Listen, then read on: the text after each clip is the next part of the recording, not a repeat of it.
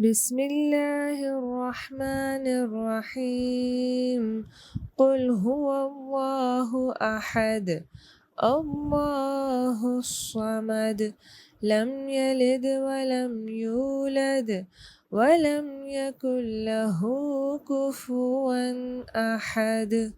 بسم اللہ الرحمن الرحیم قل هو اللہ احد۔ کہہ دیجئے نبی صلی اللہ علیہ وسلم اللہ کتنے ہیں؟ ایک ہیں۔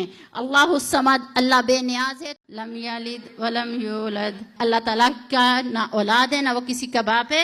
ولم یکن لہ کفوا احد، وہ اکیلا ہے اور اس کی برابری کوئی بھی نہیں کر سکتا۔ اس میں اللہ تبارک و تعالیٰ کی توحید کا تذکرہ کیا گیا ہے۔ توحید کسے کہتے ہیں؟ تو اللہ کی ذات اور اللہ کی صفات میں کسی کو شریک نہ کرنا، پارٹنرشپ نہیں کرنا۔ جنید بغدادی رحمۃ اللہ علیہ فرماتے ہیں کہ مجھے ایک عورت توحید کا سبق سکھا کے چلی گئی۔ کیسے؟ وہ آئی، بہت بڑے اللہ کے نیک بندے تھے، بہت بڑے محدث شیخ سب کچھ تھا، بہت بڑے مفسر تھے۔ آ کے کہنے لگے حضرت مجھے فتویٰ دیجئے، فتویٰ دیجئے۔ کس چیز کا فتویٰ دیجئے؟ کہ میرا شوہر مجھے طلاق نہیں دے سکتا۔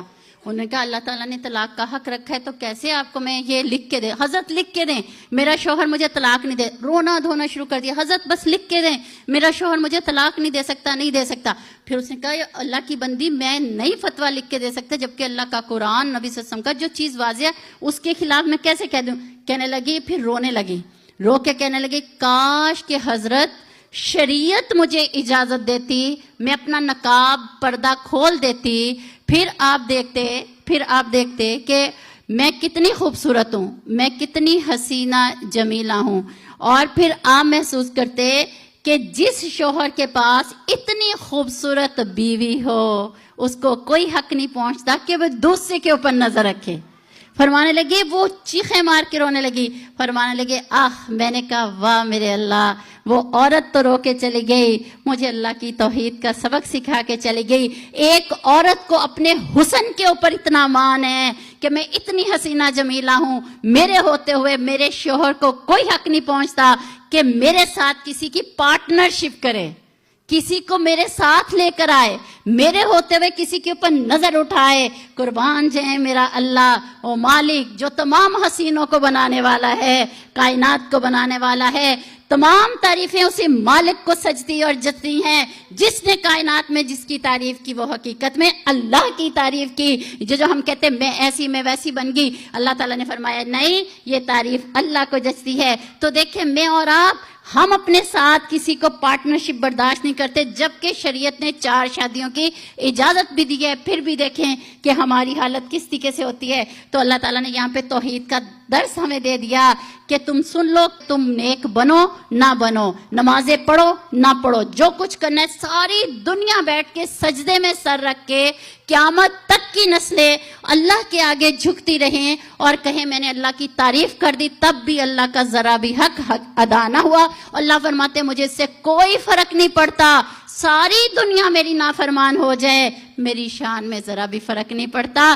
کرتے ہو تو اپنے لیے کرتے ہو، نقصان اٹھاؤ گے تو اپنے لیے کرتے ہو۔ میں اس سے بے نیاز ہوں، میں اس سے، لیکن مجھے اچھا لگتا ہے جیسے ماں، اب کوئی کہے کہ ماں، اللہ نے ماں کا درجہ اتنا دے دیا، جنت اس کے قدموں تلے ڈال دی۔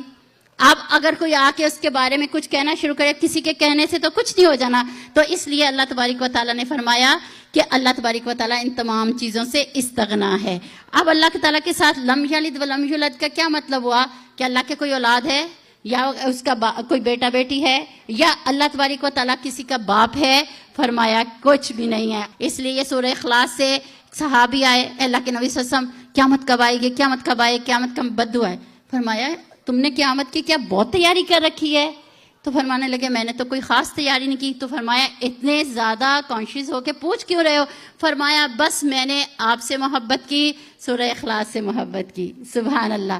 فرمایا جس نے سورہ اخلاص سے محبت کی جنت اس کے اوپر واجب ہو گئی، نبی صلی اللہ علیہ وسلم سے محبت کی جنت اس کے اوپر واجب ہو گئی۔ اور فرمایا کہ روزانہ 1/3 قرآن پڑھ سکتے ہیں؟ فرمایا کون پڑھ سکتا ہے؟ 10 پارے کون پڑھ سکتا ہے؟ فرمایا سورہ اخلاص پڑھ لو۔